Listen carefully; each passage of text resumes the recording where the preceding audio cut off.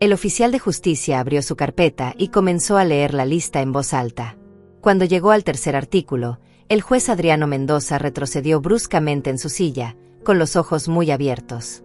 Su rostro pasó de la concentración profesional al shock absoluto en cuestión de segundos. Se quitó los lentes, los limpió como si no pudiera creer lo que acababa de escuchar, y volvió a ponérselos para releer el documento él mismo. Entonces gritó con una autoridad que hizo temblar las paredes de la sala: «Deténganse inmediatamente. Llamen a seguridad aquí». Mis 3 hijos se congelaron. Fernando, que segundos antes sonreía con esa arrogancia de abogado que cree tener la victoria asegurada, palideció como si hubiera visto un fantasma.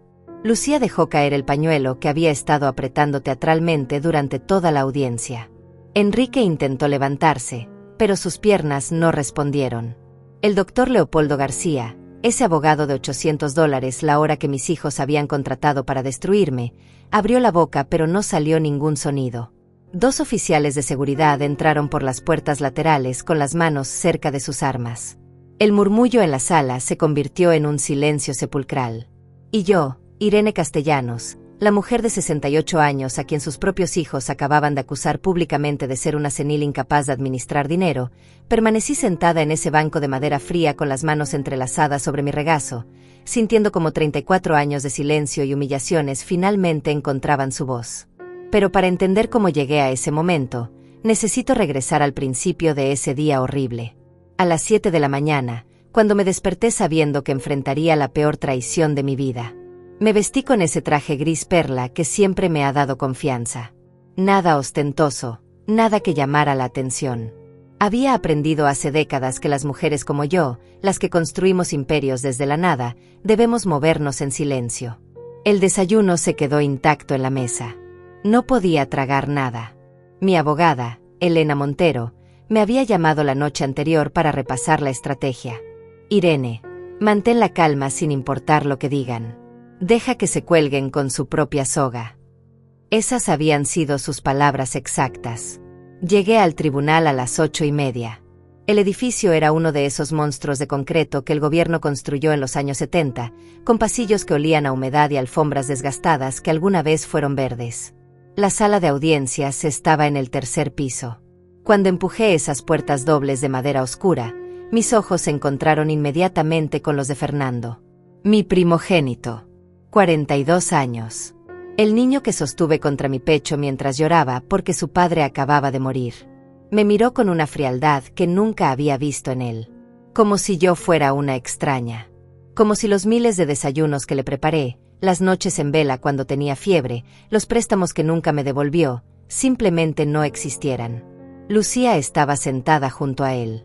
38 años. Mi única hija. Recordé el día en que nació, como juré que ella nunca pasaría las penurias que yo pasé. Le di todo. La universidad privada que costó $40,000 al año.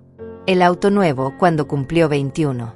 Los $50,000 para su boda en ese hotel 5 estrellas donde sirvieron langosta a 200 invitados. Y ahí estaba ella, con ese vestido negro que probablemente también pagué yo, sosteniendo un pañuelo como si yo acabara de morir. Enrique, el menor, 35 años, miraba al suelo. Siempre había sido el más cobarde de los 3. El que dejaba que sus hermanos tomaran las decisiones, mientras él simplemente seguía la corriente. Me senté en el banco designado para mí. Elena se sentó a mi lado y apretó mi mano brevemente. El juez Adriano Mendoza entró por la puerta lateral. Todos nos pusimos de pie. Era un hombre de unos 60 años, con ese aire cansado de quien ha visto demasiadas familias destruirse en su sala. Se sentó, ajustó sus lentes y revisó los documentos frente a él. Caso número 74.312. Fernando Castellanos, Lucía Castellanos de Herrera y Enrique Castellanos contra Irene Castellanos. Solicitud de interdición por presunta incapacidad mental y financiera. Su voz era monótona, como si leyera la lista del supermercado. El doctor Leopoldo García se puso de pie. Alto, cabello plateado perfectamente peinado hacia atrás, traje negro que probablemente costó $5,000. Tenía esa sonrisa que no llegaba a los ojos. Esa sonrisa que había perfeccionado cobrando $800 por hora para destruir familias. Su señoría, comenzó con voz profunda y controlada. Estamos aquí por una razón tan dolorosa como necesaria. Los hijos de la señora Castellanos la aman profundamente. Pero el amor, señoría, a veces nos obliga a tomar decisiones difíciles para proteger a quienes más queremos. Hizo una pausa calculada. Miró hacia donde estaban mis hijos. Fernando asintió solemnemente. Lucía se llevó el pañuelo a los ojos. Leopoldo continuó. La señora Irene Castellanos tiene 68 años. Durante los últimos meses, sus hijos han observado un deterioro progresivo en sus capacidades cognitivas. Olvida conversaciones importantes. Toma decisiones financieras erráticas. Muestra signos claros de confusión y desorientación. Cada palabra era una puñalada. Más preocupante aún, señoría, es que la señora Castellanos maneja activos considerables. Y en su estado actual, representa un peligro para sí misma y para el patrimonio que tanto le costó construir. Sus hijos no buscan enriquecerse. Buscan protegerla. Mentiroso. Maldito mentiroso. Pero me quedé quieta. Elena me había advertido. Nada de reacciones emocionales. Los jueces odiaban el drama. Presentaremos testimonios de personas cercanas a la señora Castellanos, continuó Leopoldo, que confirmarán este deterioro. Presentaremos evaluaciones médicas. Y demostraremos, sin lugar a dudas, que esta buena mujer necesita que alguien más administre sus asuntos antes de que sea demasiado tarde. Se sentó. Fernando le susurró algo al oído. Lucía sollozó discretamente. El juez Mendoza me miró directamente por primera vez. Señora Castellanos, ¿entiende usted por qué está aquí hoy? Me puse de pie. Mi voz salió más firme de lo que esperaba. Sí, su señoría. Entiendo perfectamente. Y tiene representación legal. Elena se levantó. Elena Montero, su señoría. Represento a la señora Castellanos. El juez asintió y revisó su agenda. Muy bien. Procederemos con los testimonios. Doctor García, llame a su primer testigo. Y así comenzó la pesadilla. La primera testigo fue una mujer que jamás había visto en mi vida. Se presentó como Aurora Méndez, supuestamente ex empleada de una de mis tiendas. Llevaba un vestido color lavanda barato y zapatos desgastados. Cuando levantó la mano derecha para jurar, noté que le temblaba. El doctor Leopoldo se acercó a ella con esa sonrisa ensayada.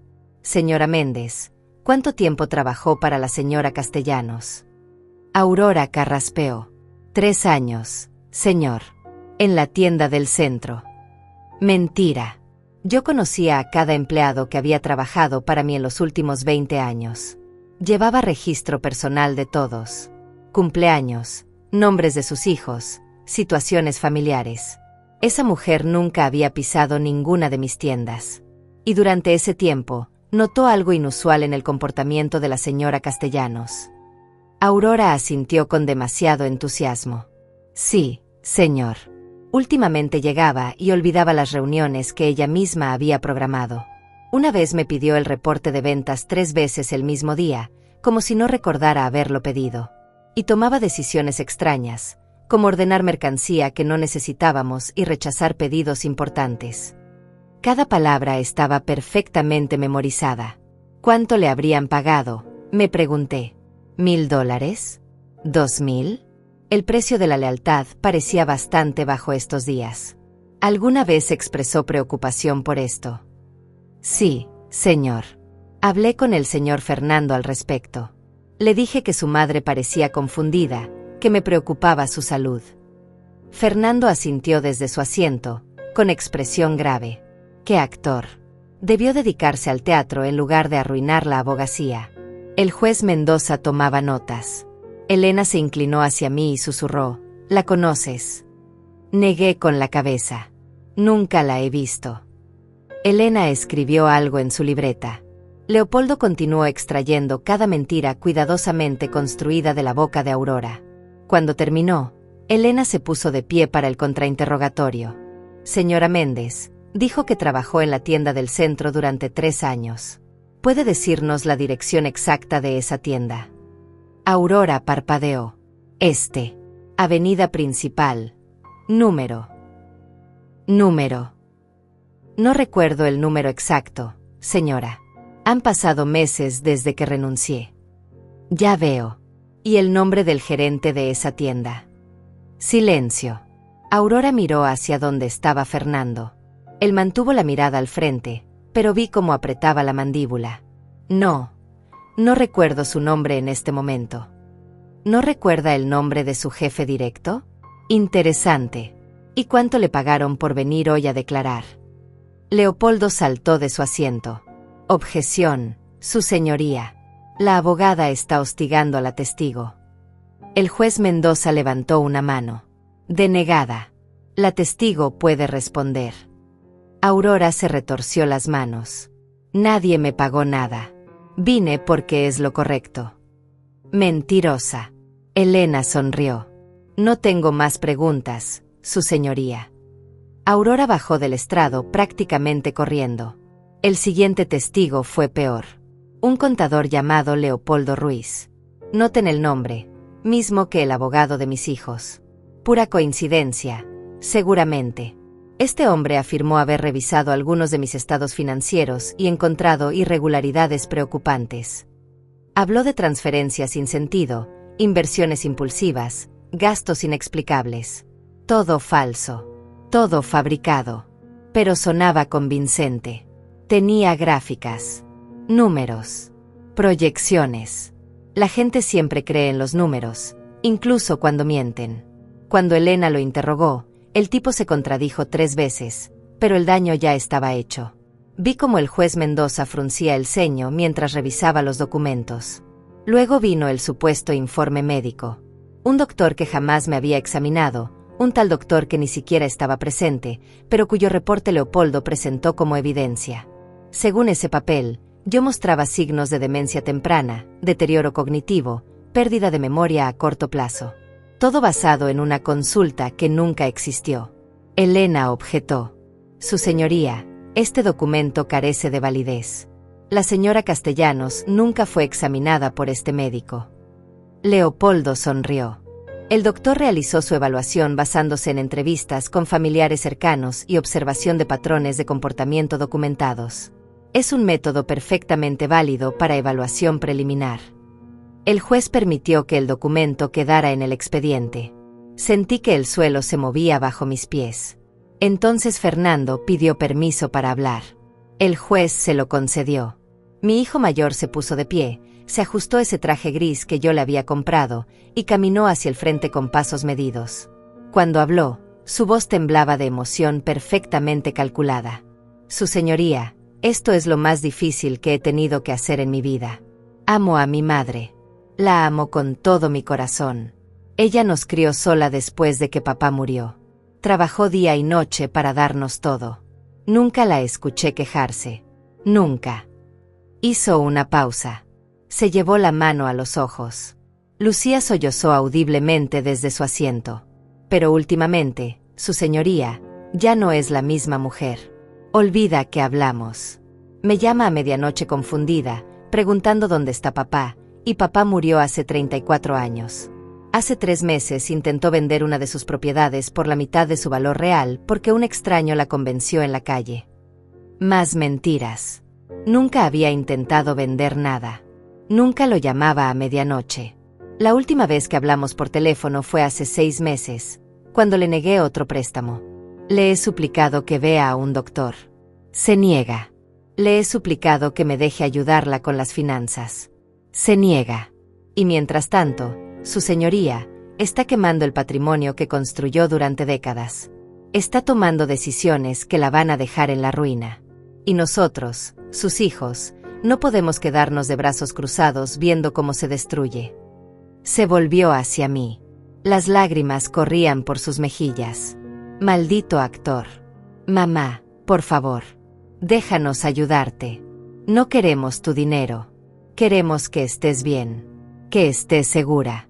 Que no te aprovechen de ti. El tribunal estaba en silencio. Hasta el aire acondicionado parecía haber dejado de hacer ruido. Algunas personas en las bancas del público se secaban los ojos. El juez Mendoza me miraba con algo que parecía lástima. Y yo comprendí en ese momento que había subestimado completamente a mis hijos.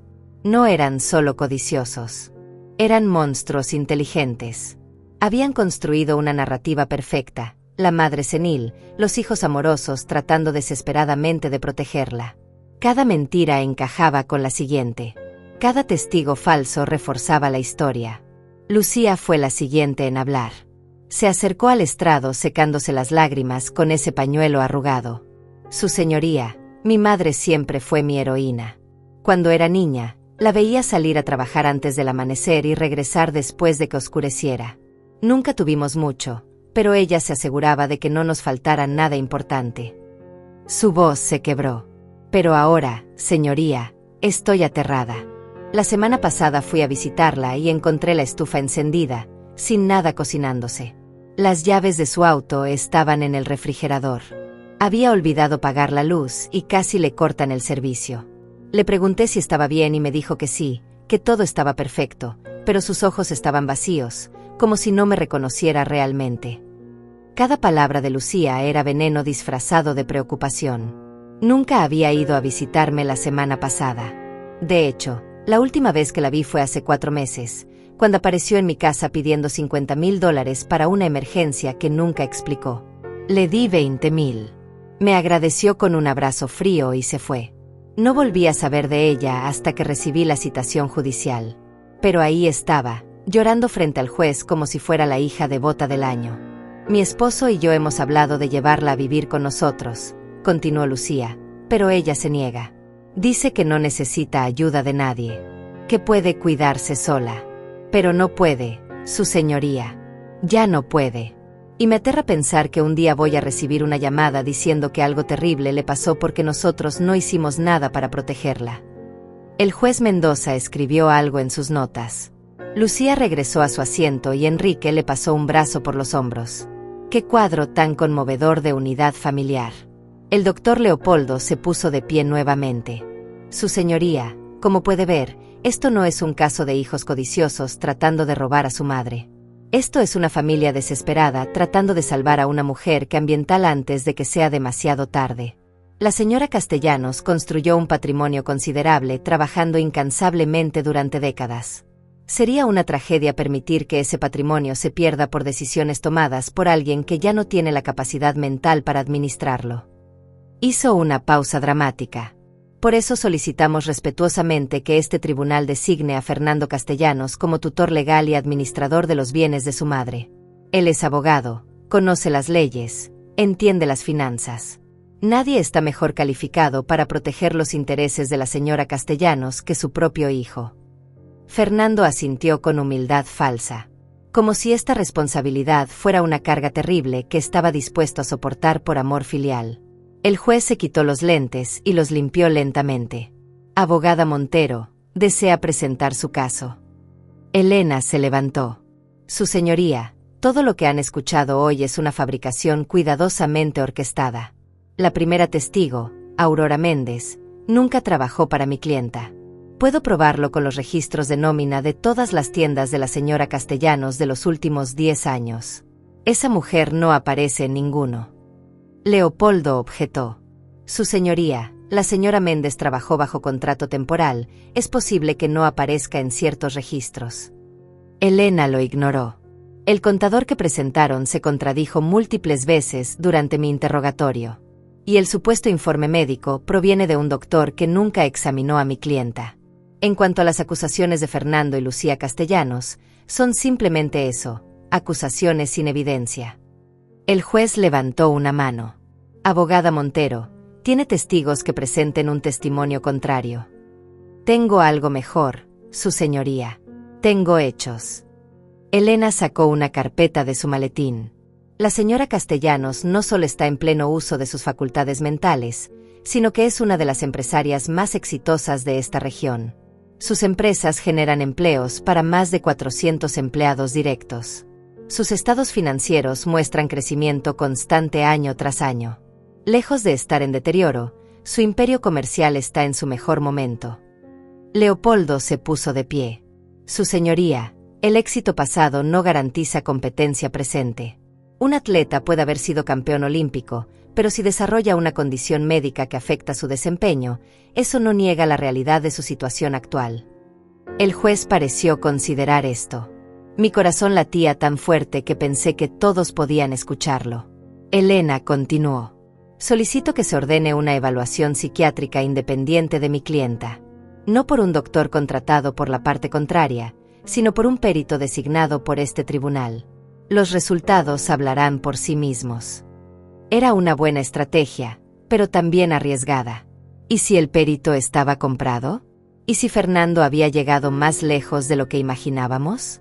El juez Mendoza revisó su calendario. Muy bien.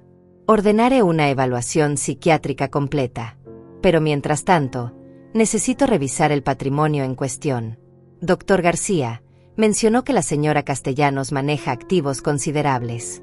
¿Cuán considerables? Leopoldo sonrió. Era la pregunta que había estado esperando. Su señoría, según nuestras investigaciones, la señora Castellanos posee una cadena de tiendas de telas, un apartamento en el centro de la ciudad y algunas inversiones menores. Estimamos el valor total en aproximadamente $2 millones. Fernando asintió. Es un patrimonio significativo, su señoría. Demasiado para que una persona en el estado de mi madre lo administre sola. El juez hizo anotaciones. Y ustedes buscan administrar todo esto. Solo hasta que mamá se recupere, dijo Fernando con voz suave. O hasta que pueda nombrar a alguien de su confianza para que la ayude. No queremos quedarnos con nada.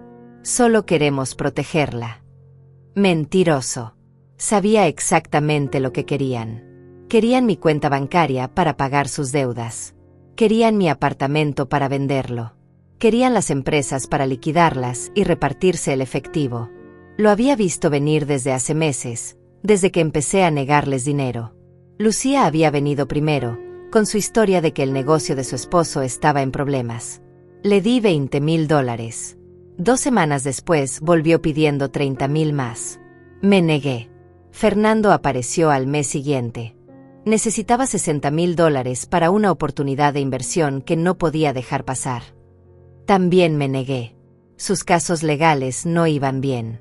Había perdido 3 juicios importantes por negligencia. Sus clientes lo estaban abandonando. Necesitaba dinero desesperadamente. Enrique fue el último. Vino con esa mirada de cachorro triste que siempre usaba cuando necesitaba algo. Había invertido en criptomonedas. Perdió todo. $120,000 evaporados. Necesitaba que yo cubriera sus deudas o los prestamistas iban a quitarle su auto, su casa, todo. Le dije que no. Que ya era hora de que aprendiera a vivir con las consecuencias de sus decisiones. Se fue sin decir palabra. Y 2 semanas después recibí la citación. Mis 3 hijos, unidos por primera vez en años, no por amor sino por codicia.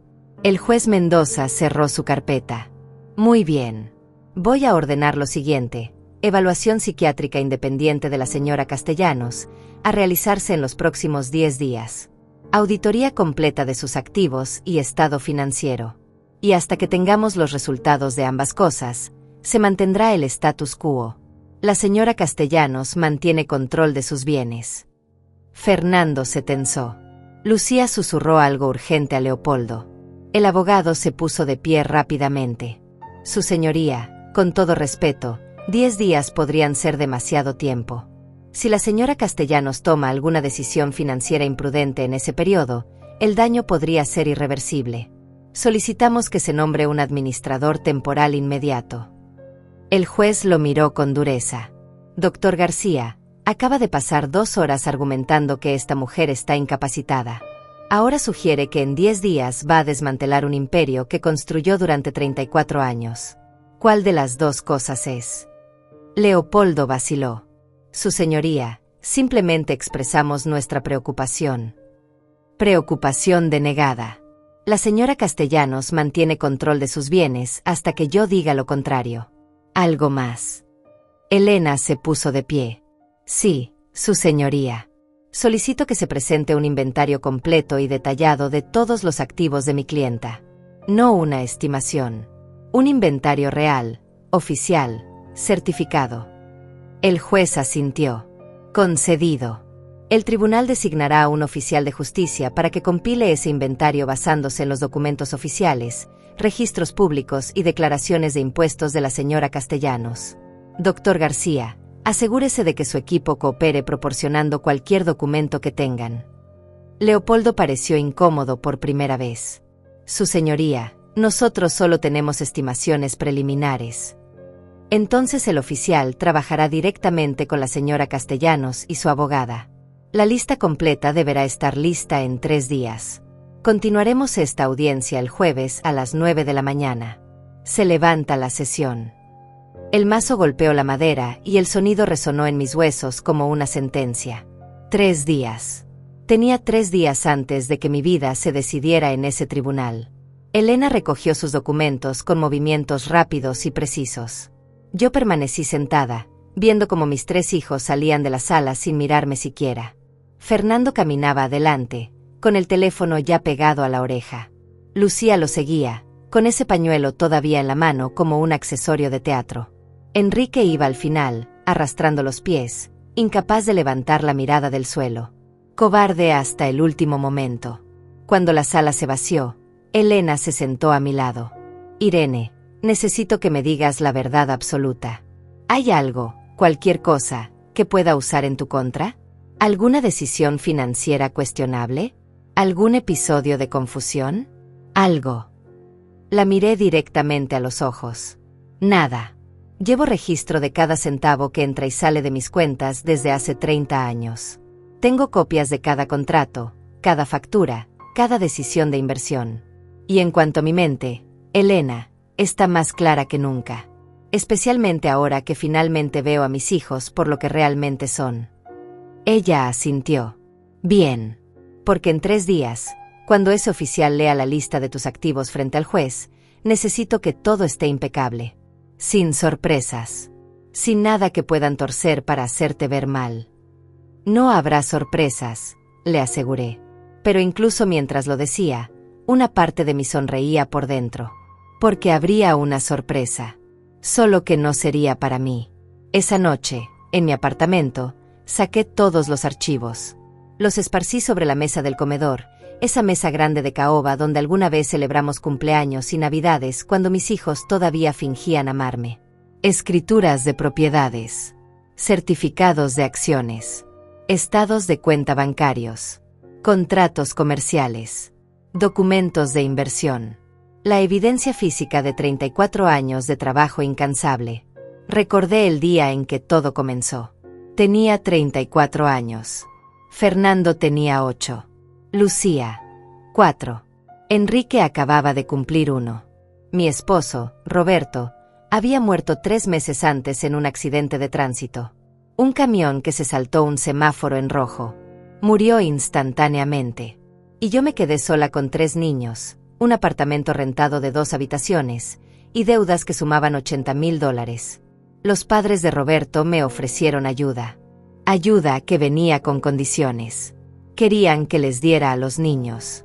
Decían que yo no podría criarlos sola, que necesitaban una familia completa, que ellos tenían recursos. Les dije que prefería vivir en la calle antes que separarme de mis hijos. Nunca me perdonaron por eso.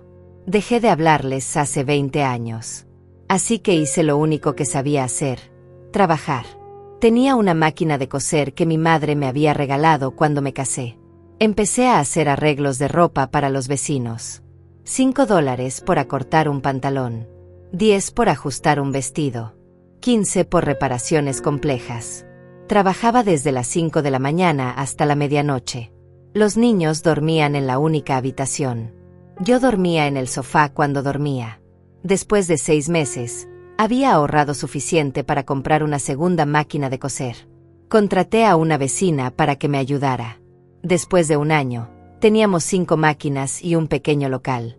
Yo seguía haciendo los arreglos, pero también empecé a vender telas. Retazos al principio. Sobras que los fabricantes vendían barato. Pero descubrí algo: las mujeres que venían a comprar telas para hacer la ropa de sus hijos gastaban más que las que solo traían arreglos.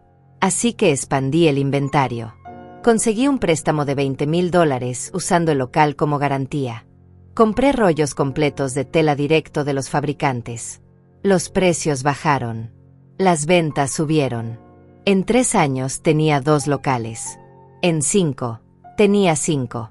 Fernando entró a la universidad cuando tenía 18. Yo tenía 8 tiendas. Le pagué cada centavo de su educación. $45,000 al año por 4 años. Más libros, apartamento, carro. En total, invertí $200,000 en su educación. Cuando se graduó, le di $50,000 más para que abriera su bufete. Gracias, mamá, me dijo. Te lo voy a devolver todo. Nunca vi un centavo. Lucía quería una boda de princesa. 200 invitados en el hotel más caro de la ciudad. Vestido importado de Francia que costó $15,000. Flores, música, comida, bebida. El total fue $120,000. Mamá, es el día más importante de mi vida, me dijo. Solo me voy a casar una vez. Le di todo lo que pidió. Su matrimonio duró bien.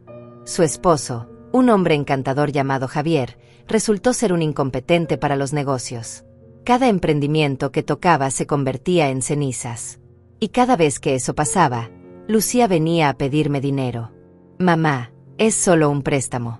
Te lo devolvemos en 6 meses. 6 meses se convertían en un año. Un año se convertía en nunca. Enrique fue el peor. Siempre fue el más débil de los 3, el que necesitaba más atención, más validación, más de todo. Cuando terminó la universidad, no sabía qué hacer con su vida. Probó 5 trabajos diferentes en 3 años. Ninguno le gustaba. Ninguno era suficientemente bueno para él. Finalmente decidió que quería ser inversionista. Le di $100,000 para que empezara.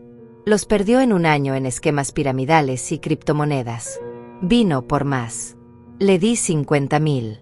Los perdió en 6 meses. Y así fue, año tras año.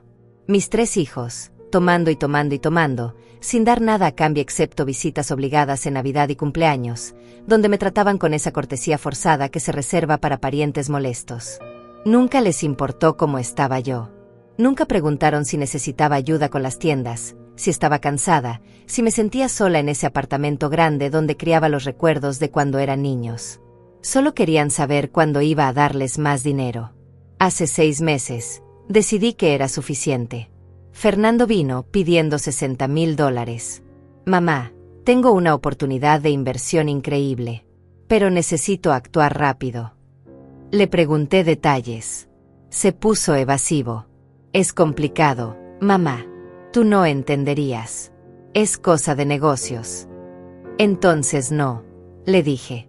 Su rostro cambió. La máscara de hijo amoroso se resquebrajó por un segundo y vi la rabia debajo. Perdón. Dije que no, Fernando. No voy a darte más dinero sin saber para qué es. Se puso de pie. Mamá, soy tu hijo. ¿No confías en mí? Ya no, respondí. Y fue la verdad más liberadora que había dicho en años. Se fue dando un portazo. Lucía apareció 3 semanas después. Misma historia. Emergencia que no podía explicar. $30,000. También le dije que no. Lloró. Gritó. Me acusó de ser egoísta, de no entender lo difícil que era su vida, de tener dinero y negárselo a mi propia hija. Tienes 48 años, Lucía, le dije. Ya es hora de que resuelvas tus propios problemas. Enrique fue el último. $120,000 para cubrir deudas de sus inversiones fallidas. Mamá, por favor. Van a quitarme todo. Mi casa, mi auto. Voy a quedar en la calle. Le ofrecí algo diferente. Ven a trabajar conmigo. Te daré un salario justo. Aprende el negocio. Construye algo real en lugar de perseguir sueños imposibles. Me miró como si le hubiera escupido. ¿Trabajar para ti? ¿En tus tiendas de tela? Mamá, yo no soy un empleado. Yo soy emprendedor. Entonces emprende con tu propio dinero, le respondí. También se fue furioso. Y 2 semanas después, llegó la citación judicial. Los 3 juntos. Unidos por primera vez en años. No por amor fraternal, sino porque finalmente había alguien contra quien podían conspirar juntos. Yo.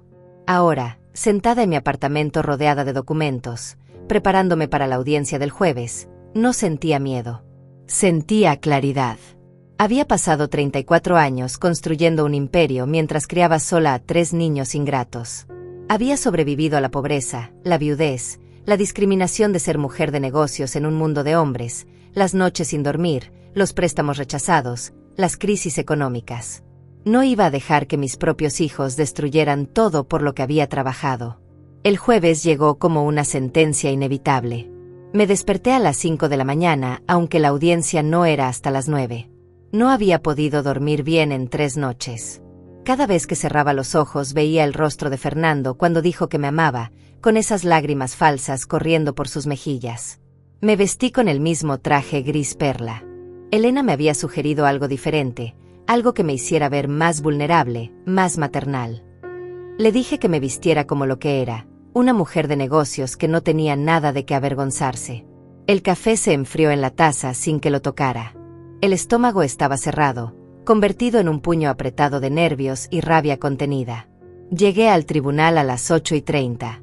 Elena ya estaba allí, con 2 maletines llenos de documentos. ¿Lista?, me preguntó. Nací lista, respondí. Cuando entramos a la sala, mis hijos ya estaban sentados. Fernando revisaba papeles con el doctor Leopoldo. Lucía miraba su teléfono con el ceño fruncido. Enrique tamborileaba los dedos sobre la mesa, nervioso. Ninguno me miró cuando pasé. Era como si yo fuera invisible. Como si ya hubieran ganado y solo faltara la formalidad del veredicto. La sala se llenó más que la vez anterior. Había periodistas. No sabía cómo se habían enterado, pero ahí estaban, con sus grabadoras y libretas.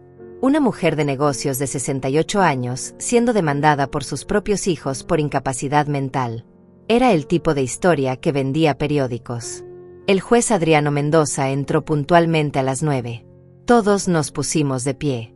Él se sentó, ajustó sus lentes, y abrió la carpeta frente a él con movimientos lentos y deliberados. Buenos días. Continuamos con el caso 74.312. Entiendo que el oficial de justicia ha completado el inventario de activos solicitado.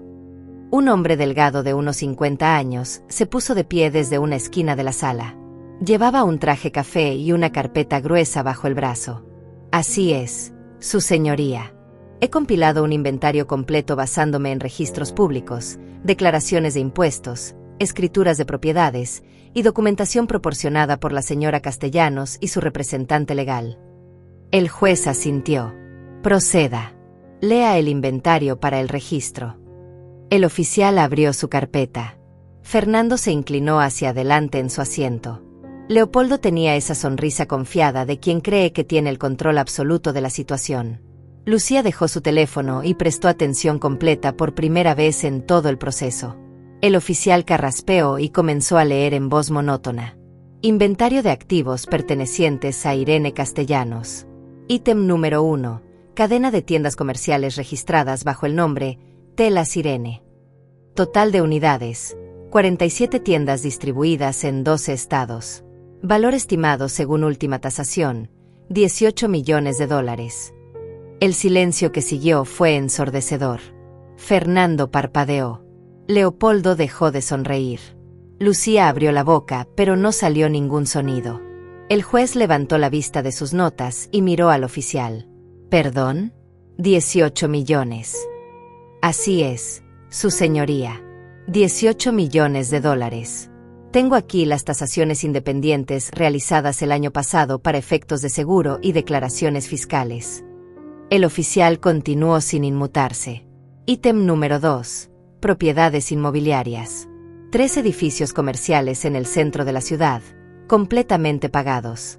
Dirección 1. Avenida Libertad número 345. Dirección 2. Calle Comercio número 212. Dirección 3. Plaza Central número 101.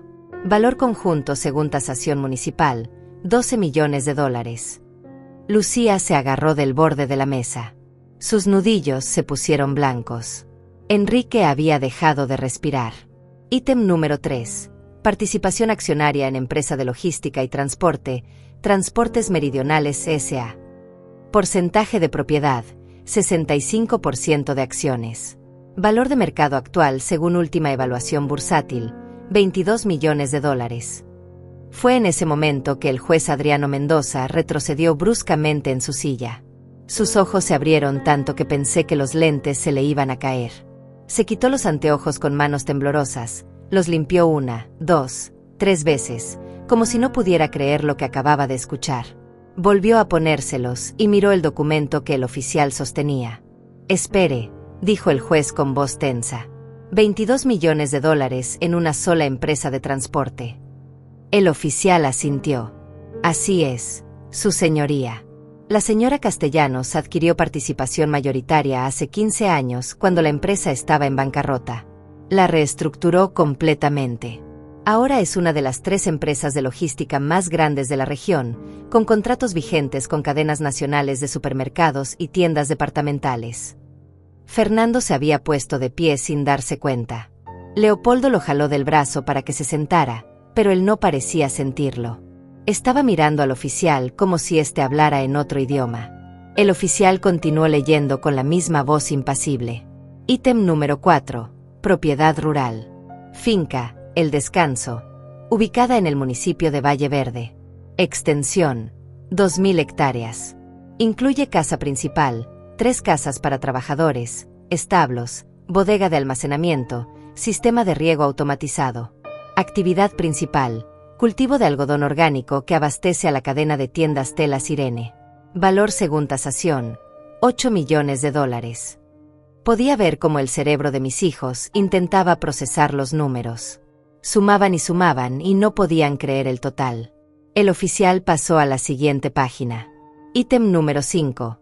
Cartera de inversiones diversificada. Acciones en mercados nacionales e internacionales. Bonos gubernamentales. Fondos de inversión en 8 países diferentes. Valor total del portafolio según último estado de cuenta, 31 millones de dólares. Lucía emitió un sonido ahogado, como si alguien le hubiera dado un puñetazo en el estómago. Ítem número 6. Fundación Educativa sin fines de lucro, Fundación Roberto Castellanos, registrada hace 10 años en honor al difunto esposo de la señora Castellanos. La fundación otorga becas a hijos de madres solteras para estudios universitarios. Dotación actual del fondo, 5 millones de dólares. Nota: este activo no puede ser liquidado o transferido según estatutos de la fundación. El juez se inclinó hacia adelante. ¿Qué más hay? El oficial pasó otra página. Ítem número 7. 2 apartamentos adicionales. Uno en la costa, otro en la montaña. Valor conjunto, 3 millones de dólares. Ítem número 8. Colección de arte adquirida a lo largo de 20 años. Principalmente obras de artistas latinoamericanos emergentes. Valor asegurado, 1 millón de dólares. Ítem número 9. Vehículos. 3 automóviles de lujo. Valor conjunto, 400.000 dólares. Hizo una pausa. Ítem número 10. Cuentas bancarias y certificados de depósito en 6 instituciones financieras diferentes. Total en efectivo y equivalentes, 18 millones de dólares. El silencio en la sala era absoluto. Nadie se movía. Nadie respiraba. El oficial cerró la carpeta.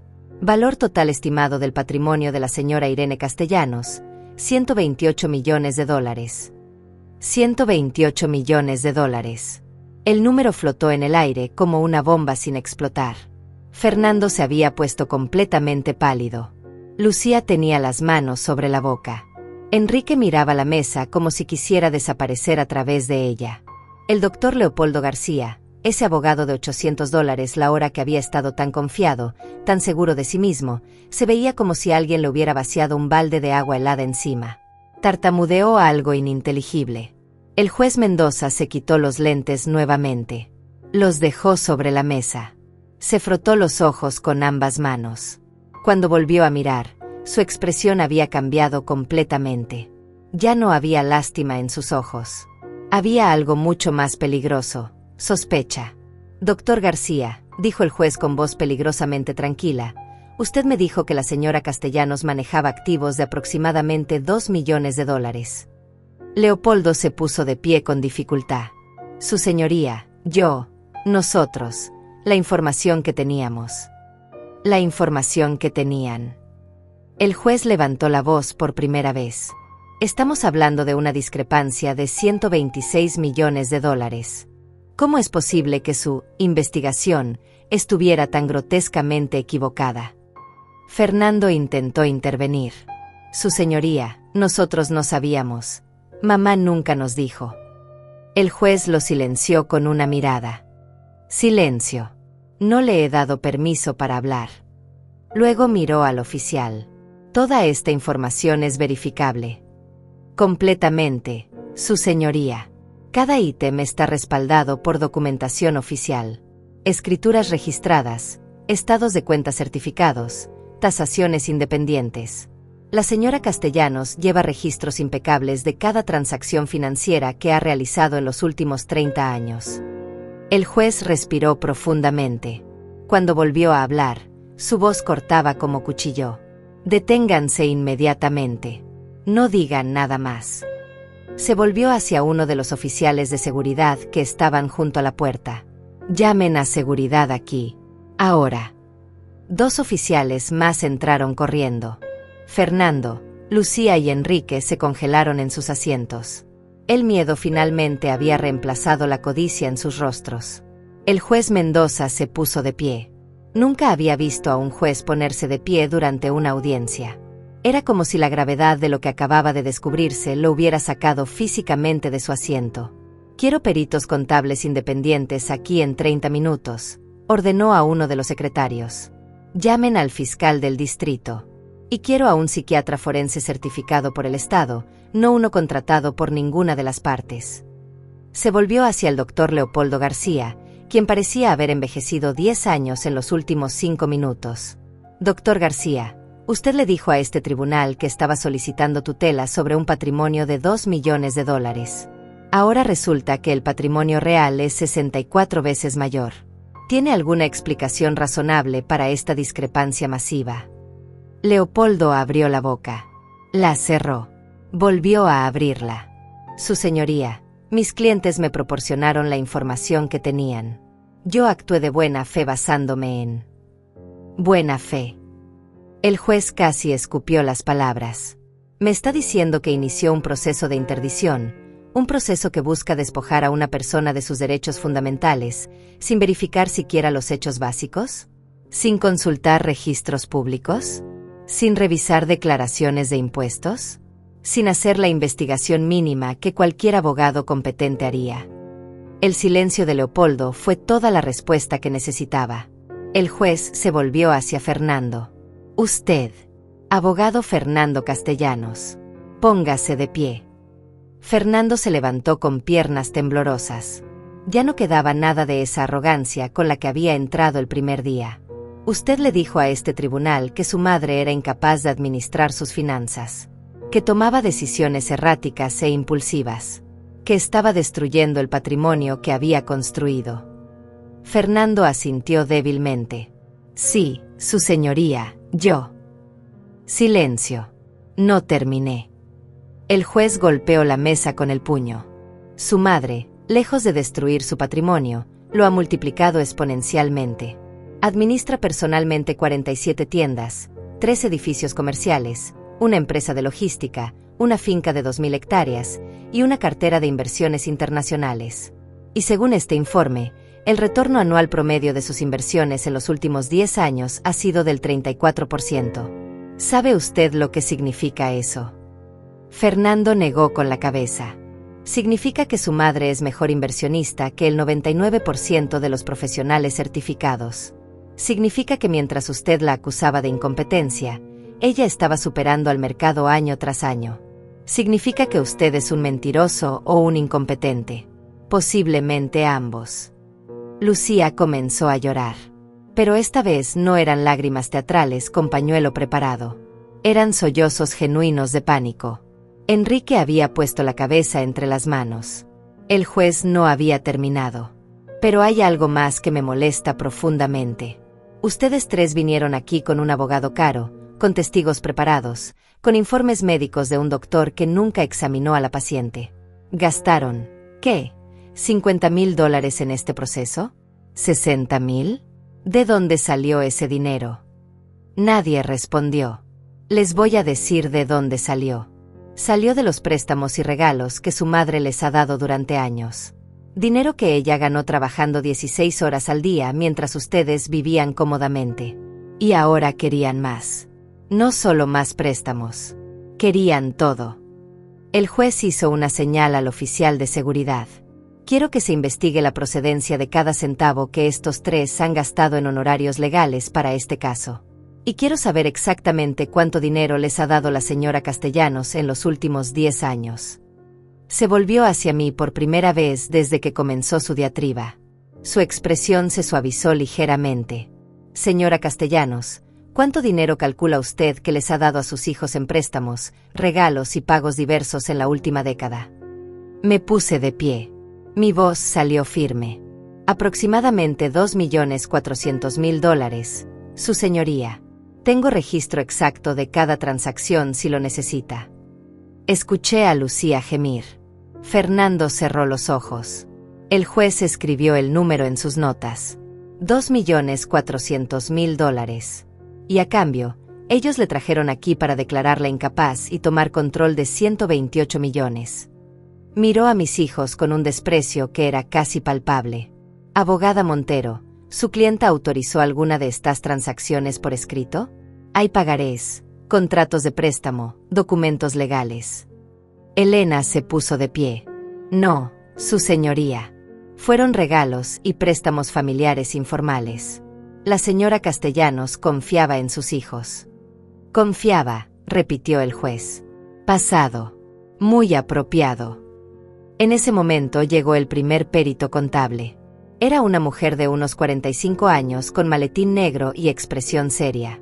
El juez le explicó rápidamente la situación y le entregó copias del inventario. Ella comenzó a revisarlos de inmediato, marcando cosas con un resaltador amarillo. 10 minutos después llegaron 2 peritos más. Y luego el psiquiatra forense, un hombre mayor de cabello blanco y mirada penetrante. El juez ordenó un receso de 2 horas mientras los peritos realizaban su trabajo. Fernando, Lucía y Enrique intentaron salir de la sala, pero el juez los detuvo. Ustedes tres no van a ninguna parte. Se quedan aquí, sentados, en silencio, hasta que yo diga lo contrario. Se sentaron. Durante las siguientes 2 horas, vi cómo la máscara se desmoronaba completamente. Fernando miraba al techo, con lágrimas silenciosas corriendo por sus mejillas. Ya no eran lágrimas de actor. Eran lágrimas de hombre que sabe que arruinó su vida. Lucía sollozaba abiertamente, con el maquillaje corrido, ese pañuelo finalmente olvidado en el suelo. Enrique temblaba. Literalmente temblaba como si tuviera frío, aunque la sala estaba caliente. El doctor Leopoldo García estaba sentado solo en su mesa, con la cabeza entre las manos. Sabía que su carrera acababa de terminar. Elena y yo salimos al pasillo.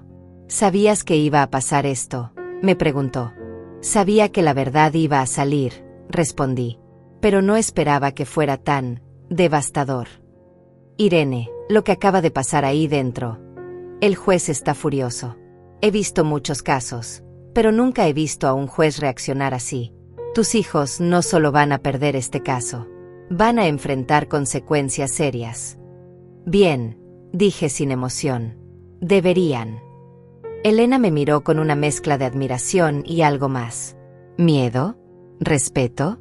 ¿Alguna vez les dijiste cuánto valía tu patrimonio real? No. Aprendí hace mucho tiempo a mantener esa información privada. Ni siquiera mis socios comerciales saben la extensión completa de mis inversiones. Solo mi contador y mi abogada. Y ahora el tribunal. ¿Por qué el secreto? Sonreí sin humor. Porque sabía que si mis hijos descubrían la verdad, esto pasaría eventualmente. Solo esperaba equivocarme. Cuando regresamos a la sala, los peritos ya estaban terminando. La mujer del maletín negro se acercó al juez y le entregó un documento de varias páginas. Él lo leyó cuidadosamente, asintiendo de vez en cuando. El psiquiatra forense había estado hablando conmigo durante 30 minutos. Me hizo preguntas sobre fechas, nombres, números, eventos históricos. Me pidió que resolviera problemas matemáticos mentalmente. Me mostró imágenes y me pidió que las describiera. Al final, También le entregó un informe al juez. El juez Mendoza llamó nuevamente al orden. He revisado los informes de los peritos contables. Los registros financieros de la señora Castellanos son impecables. Cada transacción está documentada, cada inversión está justificada, cada decisión financiera muestra no solo competencia, sino excelencia administrativa poco común. Miró a Fernando. Su madre no está destruyendo su patrimonio. Lo está haciendo crecer a un ritmo que la mayoría de los fondos de inversión profesionales envidiarían. Luego levantó el informe del psiquiatra. El doctor Ramírez ha evaluado a la señora Castellanos usando protocolos estándar para detección de deterioro cognitivo. Los resultados muestran que su función cognitiva está en el percentil 95 para su grupo de edad. Su memoria a corto y largo plazo es excelente. Su capacidad de razonamiento lógico está intacta. No hay absolutamente ningún indicio de demencia, confusión o incapacidad mental de ningún tipo. Fernando había cerrado los ojos. Lucía lloraba en silencio. De hecho, continuó el juez, el doctor Ramírez nota en su informe que la señora Castellanos demostró capacidades cognitivas superiores al promedio, incluyendo habilidad excepcional para cálculos mentales complejos y memoria detallada de eventos que ocurrieron hace décadas. El juez dejó los documentos sobre la mesa y se quitó los lentes. Cuando habló nuevamente, su voz era de acero frío. Ahora vamos a hablar de fraude procesal. Las palabras cayeron como piedras en agua quieta. Fernando abrió los ojos de golpe. Leopoldo levantó la cabeza bruscamente. Durante estos 3 días he revisado cada documento presentado por la parte demandante. Y he encontrado irregularidades tan graves que rayan en lo criminal. El juez sacó una carpeta diferente. Empecemos con la testigo Aurora Méndez. El oficial de justicia investigó su identidad. Resulta que la señora Méndez tiene antecedentes por perjurio. Declaró falsamente en un caso de seguros hace 5 años. Cumplió libertad condicional. Y curiosamente, 3 días antes de su testimonio en este tribunal, recibió una transferencia bancaria de $5,000 desde una cuenta perteneciente a Fernando Castellanos. Fernando se puso de pie de un salto. Su señoría, yo puedo explicar. Siéntese. El grito del juez resonó en las paredes. Siéntese ahora o lo hago arrestar por desacato. Fernando se dejó caer en su silla. La explicación es obvia, continuó el juez. Usted contrató y pagó a una testigo falsa para que viniera a mentir bajo juramento sobre su propia madre. Eso es soborno de testigos y obstrucción a la justicia. Lucía había comenzado a hiperventilar. Respiraba en jadeos cortos y rápidos. Una de las personas del público le trajo un vaso de agua, pero ella no podía sostenerlo. Sus manos temblaban demasiado. El juez no se detuvo. Luego tenemos al contador Leopoldo Ruiz. Qué conveniente que comparta nombre con el abogado de ustedes. Investigué su licencia profesional. Fue suspendido hace 2 años por presentar informes fraudulentos en un caso de divorcio. No está autorizado para ejercer. Sin embargo, aquí está, presentando análisis financieros, que son pura ficción. Miró directamente a Leopoldo García. Doctor García, ¿verificó usted las credenciales de este contador antes de presentarlo como testigo experto? Leopoldo no respondió. No podía. La respuesta era obvia. Y finalmente, el informe médico. El juez sostuvo el documento como si fuera basura. El supuesto doctor que diagnosticó a la señora Castellanos con demencia sin examinarla nunca. Hice que mi equipo investigara. El doctor Mauricio Salinas perdió su licencia médica hace 3 años por diagnosticar falsamente a pacientes para que sus familias pudieran acceder a seguros de vida y discapacidad.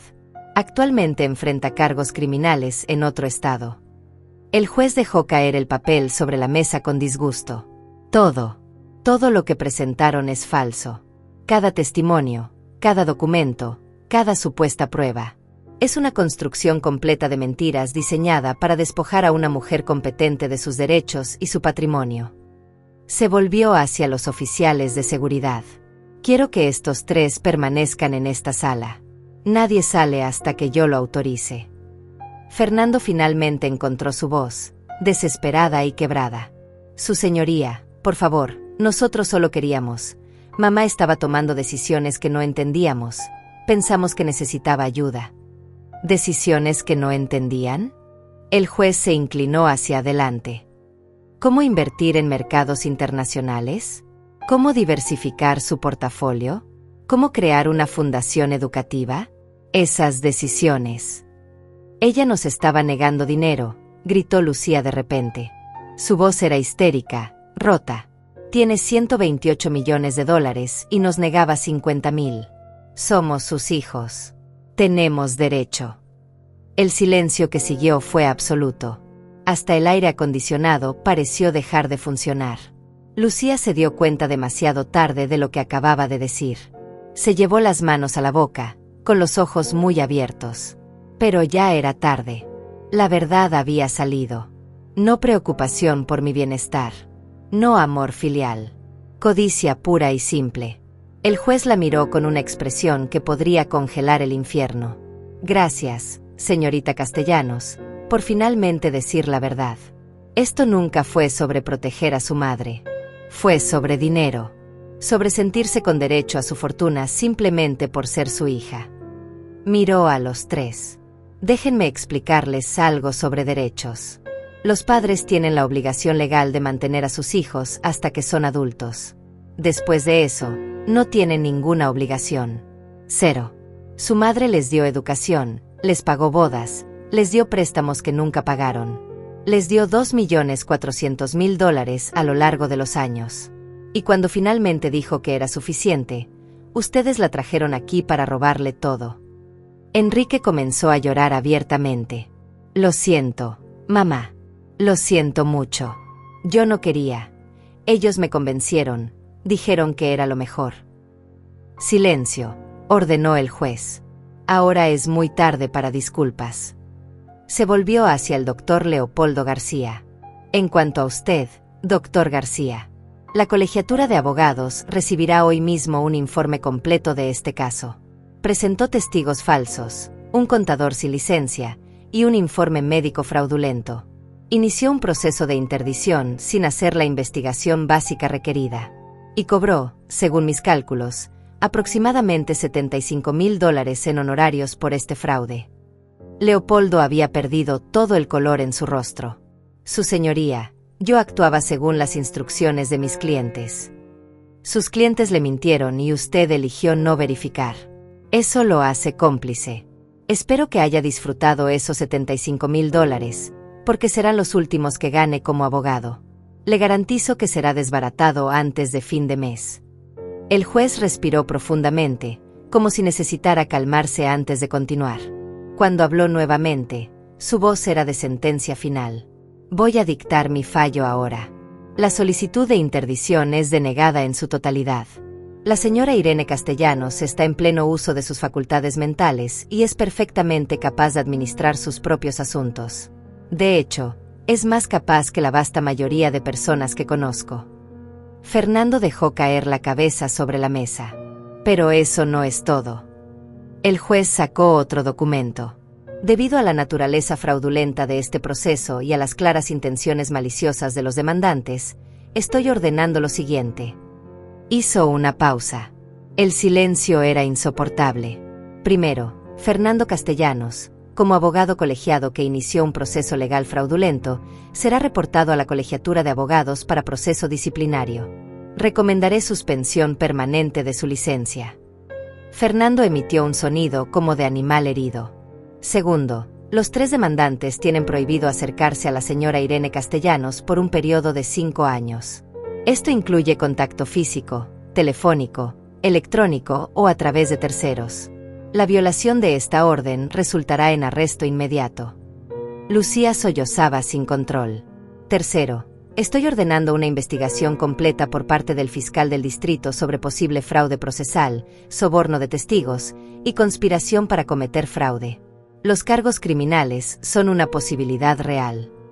Enrique había puesto la cabeza entre las rodillas, temblando. Cuarto, todos los gastos legales de la señora Castellanos en este caso serán pagados solidariamente por los tres demandantes. Esto incluye honorarios de su abogada, gastos de peritos y costas judiciales. Calculo el total en aproximadamente $150,000. El juez miró directamente a mis hijos. Y quinto, estoy emitiendo una orden de protección financiera. Cualquier intento futuro de acceder a las cuentas, propiedades o activos de la señora Castellanos, sin su consentimiento explícito por escrito, será considerado intento de fraude y perseguido con todo el peso de la ley. Cerró su carpeta con un golpe seco. Este es uno de los casos más repugnantes que he visto en 30 años de carrera judicial. 3 adultos perfectamente capaces conspirando para robar a su propia madre usando el sistema legal como arma. Me da vergüenza que esto haya llegado a mi sala. Se puso de pie. Caso cerrado. Oficial, escolte a los demandantes fuera del edificio. Y asegúrese de que entiendan que si veo a cualquiera de ellos en este tribunal nuevamente por asuntos relacionados con la señora Castellanos, iré personalmente por cargos por desacato. El mazo golpeó la madera una última vez. El sonido resonó como un trueno. Fernando intentó levantarse, pero sus piernas no respondieron. 2 oficiales tuvieron que ayudarlo a ponerse de pie. Lucía caminaba como zombi, con los ojos vacíos y las mejillas mojadas. Enrique iba entre los dos, encogido, derrotado. Cuando pasaron junto a mí, Fernando se detuvo. Me miró por primera vez en todo el proceso, realmente me miró, no a través de mí o por encima de mí. «Mamá», susurró. Su voz era la de un niño asustado. Lo siento tanto». Lo miré a los ojos, esos ojos que alguna vez miraron hacia mí con amor genuino cuando era un niño pequeño. «Yo también», respondí. Y fue la verdad. Lamentaba que hubiera llegado a esto. Lamentaba haber criado 3 hijos tan egoístas que preferían destruirme antes que trabajar por sí mismos. Lamentaba cada sacrificio que hice, cada noche sin dormir, cada comida que me salté para que ellos comieran. Pero no me arrepentía de lo que acababa de pasar. Los oficiales se lo llevaron. Elena me abrazó. «Ganamos», susurró. «Sí», respondí. Pero no se sentía como una victoria. Se sentía como un funeral. Los periodistas me rodearon en cuanto salí del tribunal. Micrófonos y cámaras aparecieron de todas direcciones como pájaros de rapiña. «Señora Castellanos, ¿cómo se siente después del veredicto? ¿Va a perdonar a sus hijos? Es verdad que vale $128 millones. ¿Planea demandarlos por los préstamos que nunca devolvieron?» Elena me protegió con su cuerpo mientras caminábamos hacia el estacionamiento. No respondí ninguna pregunta. No tenía energía para explicarle a extraños el dolor de ser traicionada por las 3 personas que trajiste al mundo. Cuando finalmente llegamos a mi auto, me senté al volante y no pude mover las manos. Estaban congeladas sobre el volante, apretándolo hasta que los nudillos se pusieron blancos. Elena se sentó en el asiento del copiloto. «¿Quieres que conduzca yo?». Negué con la cabeza. Respiré profundo 3 veces y encendí el motor. El camino a casa fue borroso. No recuerdo si pasé semáforos en rojo o verde. No recuerdo si había tráfico. Solo recuerdo llegar a mi apartamento, ese apartamento grande en el piso 18 donde había vivido los últimos 15 años, y sentir que nunca había estado tan vacío. Las paredes tenían fotos de mis hijos. Fernando con su toga de graduación. Lucía el día de su boda con ese vestido blanco de $15,000. Enrique en su primer día de universidad. Sonrisas falsas capturadas en momentos que creí significaban algo. Me serví un vaso de whisky. No suelo beber, pero esa noche necesitaba algo que quemara más que la traición. Me senté en el sofá donde solía leerles cuentos cuando eran pequeños. Donde Fernando se acurrucaba contra mí cuando tenía pesadillas después de la muerte de su padre. Donde Lucía me enseñaba sus dibujos de princesas y castillos. Donde Enrique se quedaba dormido mientras yo trabajaba en mi laptop, su cabeza apoyada en mi hombro. ¿En qué momento se convirtieron en extraños? ¿En qué momento el amor se transformó en codicia? El teléfono sonó 17 veces esa noche. No contesté ninguna llamada. Algunos eran reporteros. Otros eran conocidos que acababan de enterarse y llamaban con esa curiosidad morbosa disfrazada de preocupación. Uno era el número de Lucía. Dejó un mensaje de voz. No lo escuché. Borré todo sin oír una sola palabra.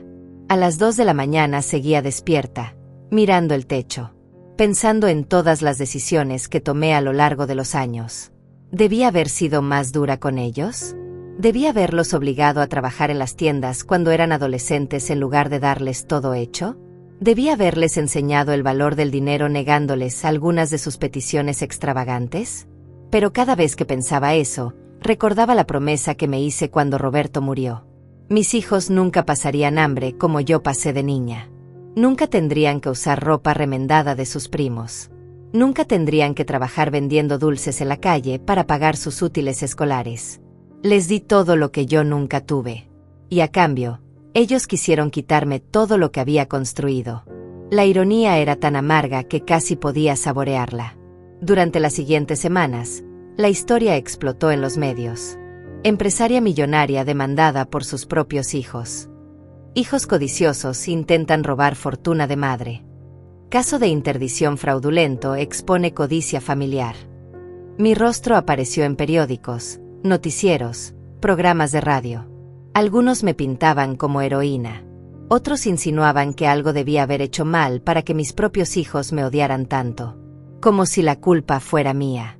El fiscal del distrito, un hombre llamado Adriano Romero, me citó para declarar. Me hizo preguntas durante 4 horas sobre cada interacción con mis hijos en los últimos años. Cada préstamo, cada regalo, cada conversación. ¿Alguna vez amenazaron con hacerle daño si no les daba dinero? No, eran más sutiles que eso. Usaban culpa, manipulación emocional, lágrimas falsas. ¿Sabía usted que estaban planeando este proceso legal? No hasta que recibí la citación. Fue como ser golpeada por un tren que no vi venir. ¿Quiere presentar cargos adicionales contra ellos? Esa pregunta me hizo pensar. El fiscal explicó que podía demandarlo civilmente por los $2.400.000 que les había dado a lo largo de los años. Podía pedir que fueran procesados por conspiración para cometer fraude mayor. Podía hacer que sus vidas se convirtieran en un infierno legal durante años. No, dije finalmente. No. El fiscal parecía genuinamente sorprendido. Señora Castellanos, estas personas intentaron robarles $128 millones. Mintieron bajo juramento. Contrataron testigos falsos. Fabricaron evidencia médica. Y usted tiene todo el derecho legal de... Lo sé, lo interrumpí. Pero ya perdieron suficiente. Fernando va a perder su licencia de abogado. Es lo único que tiene. Lucía va a tener que explicarle a su esposo por qué están en bancarrota pagando honorarios legales. Enrique ya estaba destruido antes de esto. No necesito destrozarlos más. El fiscal me miró como si fuera un espécimen fascinante. Es usted una mujer muy compasiva después de lo que le hicieron. No es compasión, respondí. Es cansancio. Estoy cansada de pelear. Estoy cansada de estar enojada. Y sobre todo, estoy cansada de seguir vinculada a ellos de cualquier forma. Fue verdad. Cada minuto que pasaba pensando en venganza era un minuto que le seguía dando poder sobre mi vida. Ya les había dado 34 años. No iban a tener un día más. La colegiatura de abogados suspendió a Fernando permanentemente 2 meses después. El caso fue de dominio público. Conducta deshonesta que involucra fraude procesal y descrédito a la profesión legal. Su bufete cerró. Sus clientes lo abandonaron. Escuché por terceros que estaba trabajando como asesor legal para una compañía de seguros, ganando una fracción de lo que ganaba antes. Lucía y su esposo Javier se divorciaron 3 meses después del juicio. Él no pudo perdonarla por arrastrarlo a esa situación sin consultarlo. Perdieron su casa pagando los $150.000 de costas judiciales que el juez ordenó. Ella tuvo que mudarse a un apartamento pequeño en un barrio que nunca habría considerado aceptable cuando vivía de mi dinero. Enrique simplemente desapareció. Dejó la ciudad. Alguien me dijo que se había ido al norte, a trabajar en construcción. No busqué confirmarlo. No era mi problema ya. Pero la noticia que más me impactó llegó 6 meses después del juicio. El doctor Leopoldo García había sido desbaratado, como prometió el juez. Perdió su licencia. Perdió su prestigioso bufete. Y una semana después de la decisión final de la colegiatura, intentó suicidarse. Sobrevivió, pero quedó con daño neurológico permanente. Cuando escuché eso, sentí algo extraño. No alegría. No satisfacción. Solo una tristeza profunda por lo bajo que puede caer un ser humano por dinero. Mientras tanto, yo intentaba reconstruir mi vida. Soné más fácil de lo que fue. Cada vez que miraba las fotos en las paredes, veía a los extraños en que se habían convertido mis hijos. Cada vez que pasaba por la habitación de invitados donde solían quedarse cuando venían de visita, recordaba que nunca más vendrían. Un día, 2 meses después del juicio, contraté a un equipo de remodelación. Quiero que cambien todo, les dije. Pisos nuevos, pintura nueva, muebles nuevos. Todo. Me miraron confundidos. El apartamento estaba en perfectas condiciones. Es que necesito un cambio, expliqué. Y lo necesitaba. Necesitaba borrar cada rastro de la familia que creí tener. Mientras trabajaban en el apartamento, me quedé en mi casa de la costa. Pasaba los días caminando por la playa, sintiendo la arena bajo mis pies, dejando que el sonido de las olas ahogara los pensamientos que no me dejaban dormir. Fue allí, en esa casa frente al mar que compré hace 10 años como inversión, donde finalmente lloré. Lloré por la niña que fui, que creció pobre y juró que sus hijos nunca sufrirían lo mismo. Lloré por la joven viuda que trabajó hasta el agotamiento para darles un futuro. Lloré por la madre que se perdió cumpleaños y recitales escolares porque estaba construyendo un imperio para ellos. Y lloré por la mujer de 68 años que descubrió que todo ese sacrificio había criado monstruos. Lloré durante 3 días. Y después, dejé de llorar. Me desperté una mañana, miré el océano desde mi ventana, y supe que había terminado de llorar por personas que nunca lo merecieron. Regresé a la ciudad con un plan. Si mis hijos no iban a ser mi legado, entonces construiría un legado diferente. Llamé a mi contador. Quiero expandir la Fundación Roberto Castellanos, le dije. Vamos a multiplicar por 10 el número de becas que otorgamos. Y quiero crear un programa de mentoría para madres solteras que quieran emprender negocios. Eso va a costar varios millones al año, Irene. Tengo varios millones, respondí. Es hora de que hagan algo bueno. Durante los siguientes meses, me sumergí en el trabajo de la fundación. Conocí a docenas de mujeres que me recordaban a mí misma 30 años atrás. Madres solteras trabajando 2 empleos mientras criaban hijos solas. Mujeres con ideas brillantes pero sin capital para empezarlas. Jóvenes inteligentes cuyas familias no podían pagar la universidad. Les di dinero, sí. Pero más importante, les di algo que nadie me dio a mí: mentoría, conexiones, conocimiento. Les enseñé todo lo que aprendí en 34 años construyendo negocios. Cómo negociar con proveedores. Cómo administrar flujo de efectivo. Cómo crecer sin endeudarse hasta la asfixia. Y algo extraño sucedió. Por primera vez en décadas, me sentí genuinamente feliz. Estas mujeres me agradecían con lágrimas reales, no falsas. Me abrazaban con afecto genuino, no con el abrazo mecánico de quien espera algo a cambio. Me buscaban no para pedirme dinero, sino para compartir sus victorias y pedirme consejo. Una de ellas, una mujer llamada Marisol de 32 años con 2 hijos, me dijo algo que nunca olvidaré. Señora Irene, usted es la madre que todos deberíamos haber tenido. 6 meses después del juicio, estaba sentada en mi oficina revisando los estados financieros de la fundación cuando Elena apareció sin cita previa. Traía un sobremanila grande. ¿Qué es esto?, pregunté. Algo que necesitas ver antes de tomar una decisión. Abrió el sobre y sacó varios documentos. Eran solicitudes de mis 3 hijos para revocar la orden de restricción. Querían volver a tener contacto conmigo. Fernando había escrito una carta de 6 páginas. La leí en silencio. Hablaba de arrepentimiento, de terapia, de cómo había tocado fondo y finalmente entendía lo que había hecho. Decía que no quería dinero, solo la oportunidad de disculparse cara a cara. Lucía había escrito algo más corto. Admitía que había sido egoísta, manipuladora, cruel. Decía que perder todo le había enseñado el valor real de las cosas. Que ahora trabajaba como maestra en una escuela pública, ganando $1,200 al mes, y por primera vez en su vida entendía lo que era ganarse el pan honestamente. Enrique no había escrito nada. Solo había una nota de su terapeuta explicando que estaba en tratamiento para depresión severa y abuso de sustancias, y que como parte de su recuperación necesitaba hacer las paces con las personas que había lastimado. Elena me observaba. ¿Qué vas a hacer? Doblé las cartas cuidadosamente y las metí de vuelta en el sobre. Nada. Nada. Nada, repetí. La orden se mantiene por 5 años. Ya llevamos 6 meses. Todavía faltan 4 años y medio. Si después de ese tiempo todavía quieren hablar, entonces consideraré escucharlos. Pero no antes. Elena asintió. Conocía suficiente de mí para saber que cuando tomaba una decisión, era definitiva. «¿Puedo preguntarte algo personal?», dijo después de un momento. «¿Los extrañas?». Pensé en la pregunta. Realmente pensé. «Extraño a los niños que fueron», respondí finalmente. «Extraño al Fernando de 8 años que me abrazaba cuando tenía miedo. Extraño a la Lucía de 6 años que me hacía dibujos y me decía que era la mejor mamá del mundo. Extraño al Enrique bebé que se dormía en mis brazos». Hice una pausa. Pero esos niños murieron hace mucho tiempo.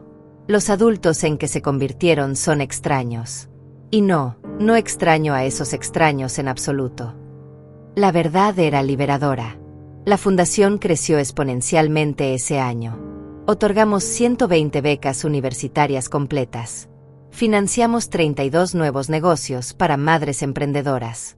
Creamos un programa de vivienda temporal para mujeres escapando de situaciones de violencia doméstica. Y cada peso que invertía en estas mujeres regresaba multiplicado en forma de gratitud genuina, historias de éxito y vidas transformadas. Marisol, la mujer que me dijo que era la madre que todos deberían haber tenido, abrió una panadería con el préstamo sin intereses que le di. En 8 meses ya había pagado el préstamo completo. No porque yo se lo exigiera, lo hice voluntariamente. «Usted confió en mí cuando nadie más lo hizo», me dijo. «Y yo quiero que este dinero ayude a otra mujer como usted me ayudó a mí». Usé ese dinero pagado para financiar 2 negocios más.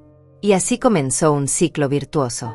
Las mujeres que yo ayudaba tenían éxito, pagaban sus préstamos voluntariamente, y ese dinero ayudaba a más mujeres. Mi patrimonio, lejos de disminuir como mis hijos habían predicho en el tribunal, siguió creciendo. Las tiendas reportaron el mejor año en su historia. La empresa de logística ganó 3 contratos nuevos con cadenas nacionales. Mis inversiones internacionales rindieron 38% ese año, superando mi propio récord.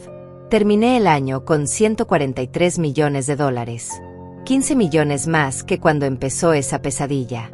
Y esta vez, cada peso tenía un propósito que iba más allá de mí. Un día, un año después del juicio, recibí una llamada de un número desconocido. Normalmente no contestaba, pero algo me hizo responder. «Señora Castellanos». Era una voz de mujer joven que no reconocí. «Sí, ¿quién habla?». «Mi nombre es Eulalia. Soy estudiante de periodismo en la universidad. Recibí una de sus becas hace 2 años y, bueno, quería agradecerle personalmente». Sonreí. «No es necesario, Eulalia. Me alegra que la beca te haya ayudado».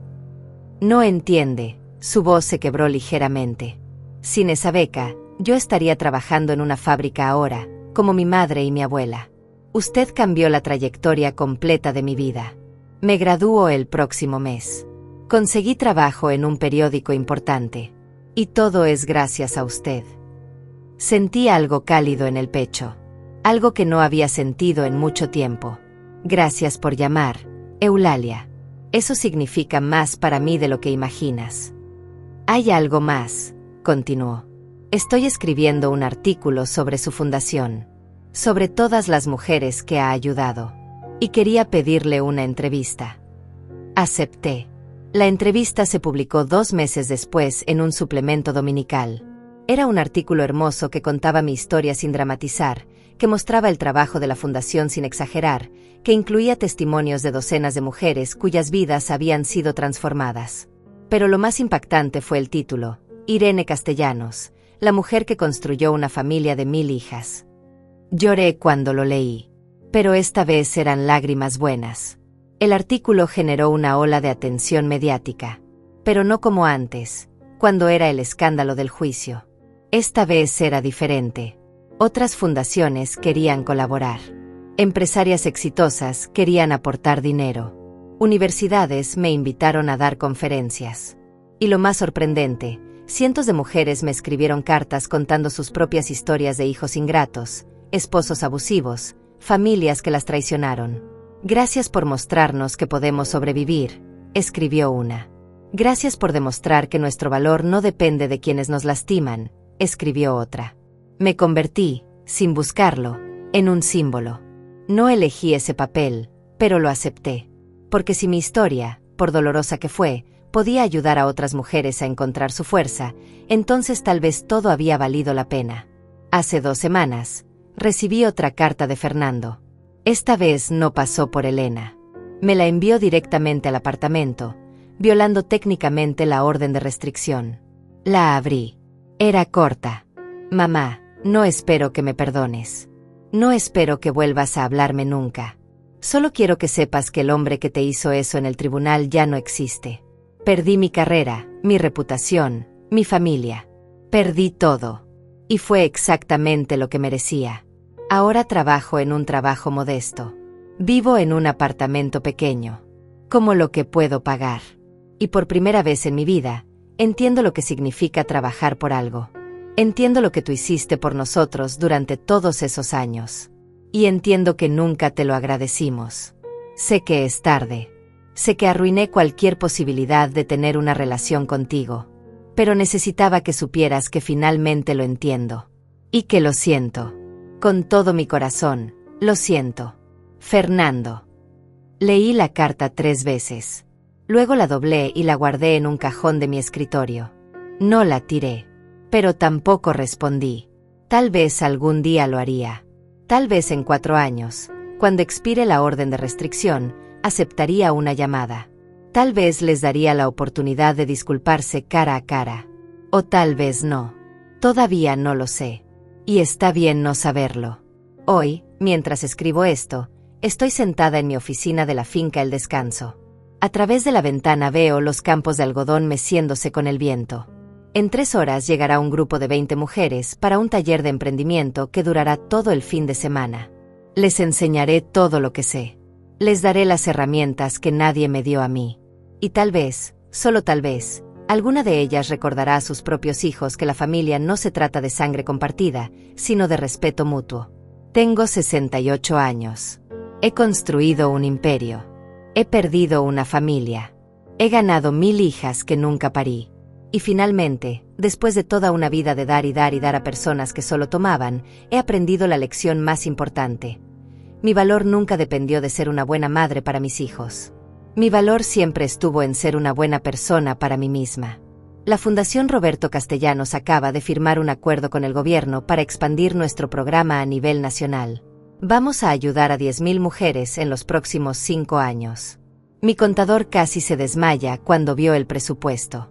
Irene, esto va a costar $40 millones.